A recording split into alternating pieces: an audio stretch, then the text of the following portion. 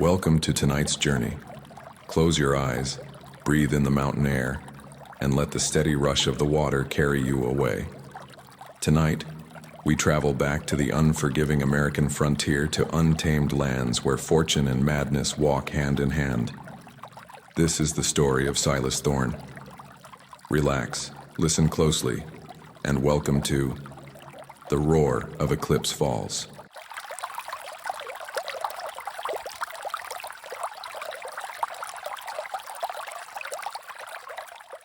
The year was 1897. The North belonged to no man. Only to the frost, the wolves, and the gold. Buried deep beneath the frozen creeks of the Yukon, it was a blank canvas of white and green. A place where a man could either forge a fortune or disappear into the silence of the snow, never to be spoken of again. Silas Thorne was a man who had already died once, metaphorically speaking, before heading north. He had built a life in San Francisco as a timber merchant.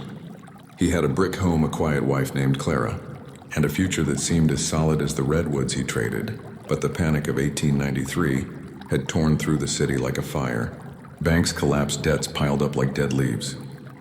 And within a year, the stress had taken Clara to an early grave. Left with nothing but an empty house and a mountain of court judgments, Silas looked toward the horizon. When the steamship Portland docked in Seattle, carrying 2 tons of Klondike gold, Silas didn't see metal, he saw a resurrection. He wasn't a romantic dreamer, like the young boys dying of scurvy on the Chilkoot Trail. He was a desperate 40-year-old realist, with a heavy canvas pack that cut into his shoulders, a rusted panning dish, and a lever-action Winchester rifle. He had marched past the crowded, chaotic camps of Skagway. He didn't want the scraps that thousands of others were fighting over. Silas wanted the source for 3 agonizing weeks. Silas followed the spine of an unnamed mountain range, pushing deeper into a jagged canyon where the ancient pines grew so thick they choked out the afternoon sun. The air here smelled of damp slate and decaying needles. The only map he possessed was a hand-drawn scrap of elk leather he'd bought for his last silver dollar from a dying, frost-bitten prospector in a saloon. The old man's breath had smelled of gangrene, but his eyes had been wild with truth. The map pointed toward a place the local Tlingit guides refused to approach, a massive blind canyon guarded by a thundering waterfall. They called it the place of the false dawn, or more commonly among the few trappers who dared speak of it, the Eclipse Falls. As the sun began to dip below the jagged icy peaks on the 21st day, painting the sky in bruises of purple and deep bleeding orange, Silas stopped. The silence of the forest was gone. In its place was a low subaudible vibration that shook the pine needles off the branches beneath his boots. It wasn't thunder. It was the relentless, crushing weight of falling water miles away, but already commanding the earth.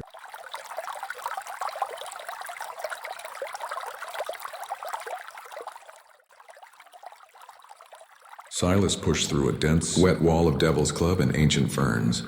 His hands scratched and bleeding, he climbed over a massive, moss-covered cedar that had fallen centuries ago. And as he reached the crest, the world opened up. Before him lay a monstrous amphitheater of black volcanic rock, shaped like a giant horseshoe. It looked as though a mythical beast had taken a bite out of the mountain from a sheer cliff of nearly 200 feet. A swollen gray river plummeted into a churning, foaming basin below. The sheer volume of water was terrifying. It didn't just fall, it smashed into the earth with the force of an avalanche. The spray from the waterfall hung in the canyon like a ghostly, eternal shroud, painting every surface, every rock, every twisted tree trunk in a permanent layer of slick, emerald green moss. The roar was absolute. It filled Silas's ears, his throat, his very bones. It was a physical wall of sound that made speech impossible. But it wasn't just the terrifying majesty of the water that caught Silas's breath as the last rays of the dying twilight hit the edge of the thundering basin where the violent foam receded over wide gravel bars. Something caught the light. It wasn't the dull glint of wet river stone. It was a sharp metallic yellow glare that cut through the gray mist. Silas scrambled down the slippery slate slope, tearing his trousers, throwing caution to the wind. He dropped to his knees at the water's edge, his boots sinking deep into the freezing black mud. He plunged his bare hands into the icy torrent, water so cold it felt like liquid fire, and dragged up a stone the size of a loaf of bread.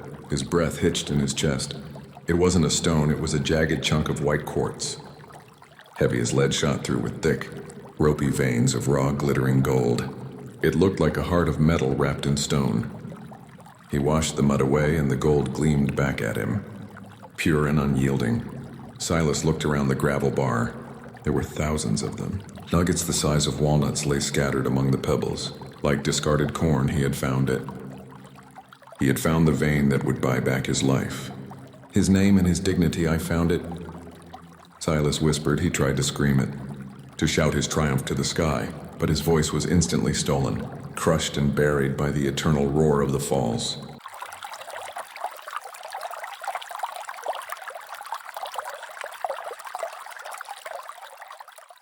Greed is a strange, quiet sickness.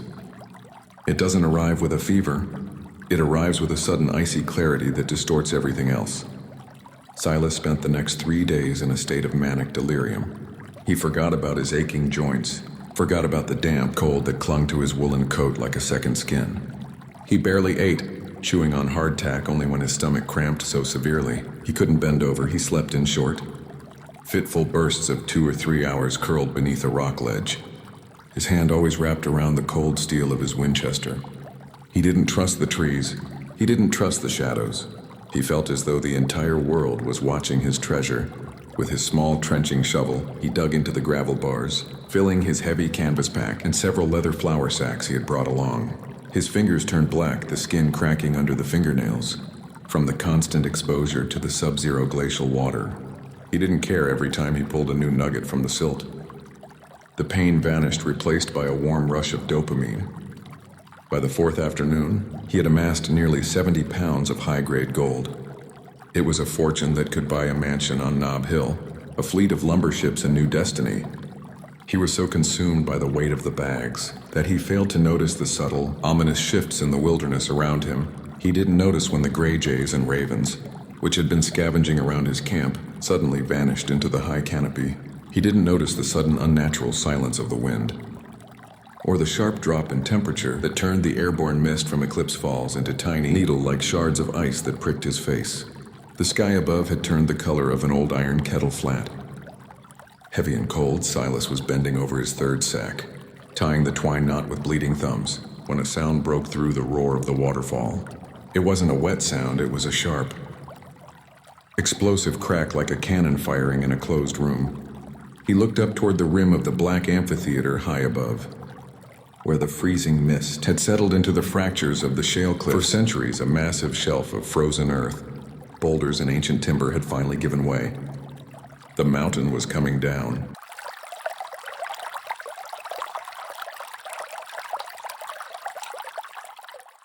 Silas didn't think his instincts, honed by years of near misses in the logging camps, took over. He abandoned the sacks of gold and dove headfirst toward the base of a massive, ancient cedar tree whose roots gripped the canyon floor like iron claws. The world went black, a deafening roar.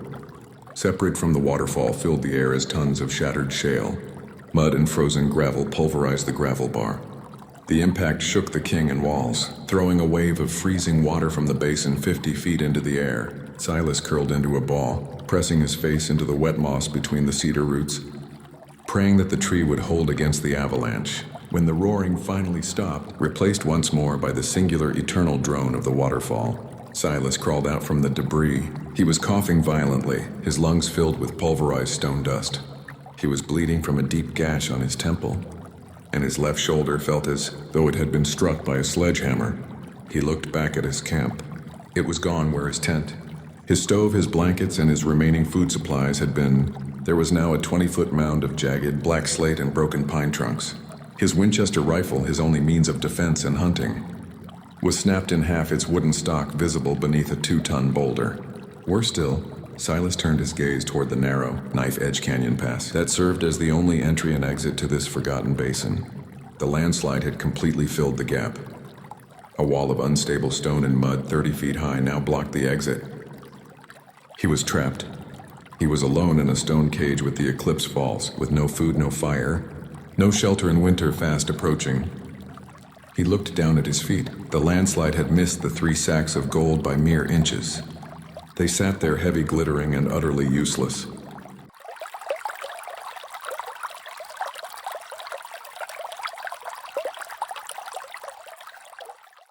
The first night of his imprisonment was a descent into the deepest circles of human misery. Without a fire, the damp, freezing mist from the waterfall became a silent executioner. It soaked through Silas's woolen coat within an hour, lowering his core temperature until his limbs began to shake with violent, uncontrollable tremors. Hypothermia was no longer a threat. It was a physical presence. Sitting on his chest, he managed to drag his body into a shallow, narrow cave behind a frozen curtain of moss. Not far from the rushing water, he huddled in the dark, pulling his knees to his chin, trying to trap the meager warmth of his own breath. As the hours dragged on into the blackness of the northern night, the roar of Eclipse Falls began to play tricks on his mind.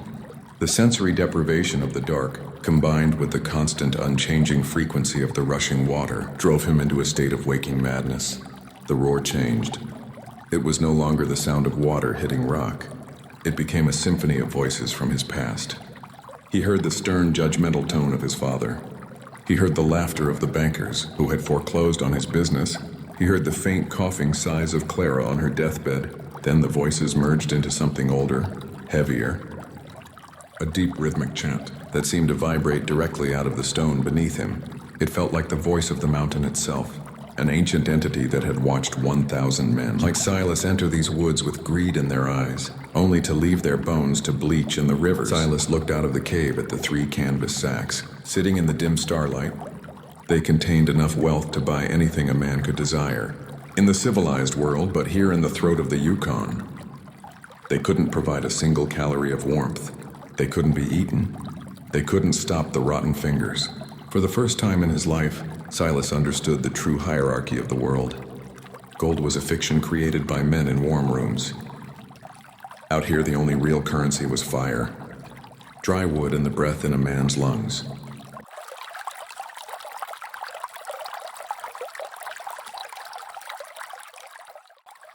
By the 7th day, Silas was a ghost of a man. His cheeks were hollow, his eyes sunken and bloodshot. His skin the color of old parchment.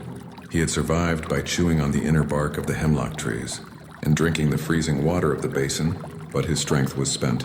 He knew that if he stayed in this canyon for another 48 hours, the cold would claim him and his story would end in silence. There was only one way out. The landslide had blocked the land and the cliffs were sheer ice. The only exit was the river itself. Downstream from the waterfall's basin, the river compressed into a narrow, violent canyon, a roaring flume of white water that disappeared into a dark, subterranean tunnel of rock. It was a chaotic gauntlet of boulders and whirlpools. To swim it was madness. To stay was death. Silas crawled out of the cave, dragging his numb legs behind him. He stood before the 3 sacks of gold. He tried to lift one, but his starved muscles failed him, even if he could lift them. Trying to swim with 70 pounds of metal strapped to his back would drag him straight to the bottom of the river. Like a lead anchor, he looked at the gold, then up at the roaring cascade of Eclipse Falls. The water seemed to mock him, a perpetual motion machine of pure, indifferent power. With a slow, trembling hand, Silas reached into his pocket and pulled out his small pocket knife. He sliced open the heavy canvas sacks. The golden nugget spilled out onto the dark slate, a glittering carpet of wealth that had cost him his health, his sanity, and nearly his life. He picked up the largest chunk, the quartz heart, and looked at it one last time. Then, with a guttural cry that was lost to the wind, he hurled it into the deepest, whitest foam of the waterfall's basin. One by one, he began throwing the nuggets back into the water, returning the stolen blood of the mountain to its rightful owner. He felt a strange, lighter sensation with every piece he threw. It was the weight of his greed lifting from his soul. When the sacks were empty, he reached down and picked up one single, tiny nugget that had rolled into a crack. It was no larger than a dried pea. He tucked it deep into the lining of his leather boot. "Take it all back," Silas screamed into the deafening roar, his voice cracking with emotion. "Take it, just let me see the sun again." He didn't wait for an answer. He took one deep, freezing breath, ran to the edge of the gravel bar, and dove headfirst into the churning, violent rapids of the river.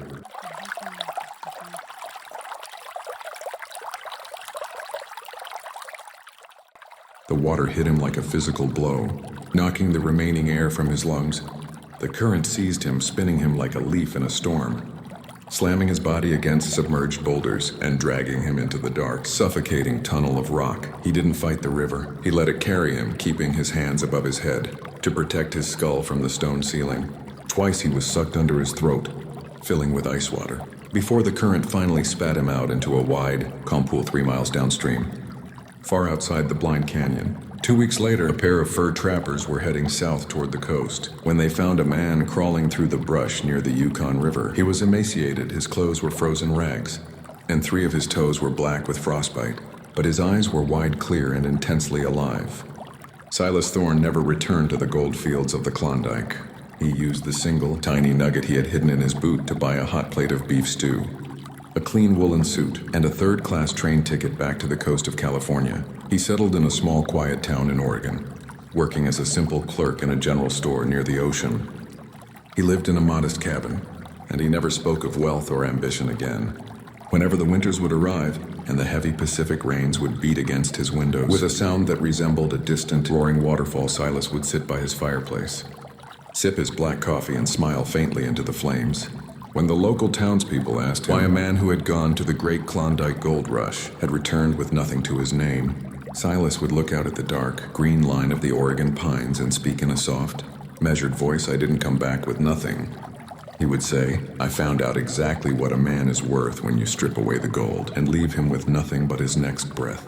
And believe me, that is a wealth most rich men will never understand."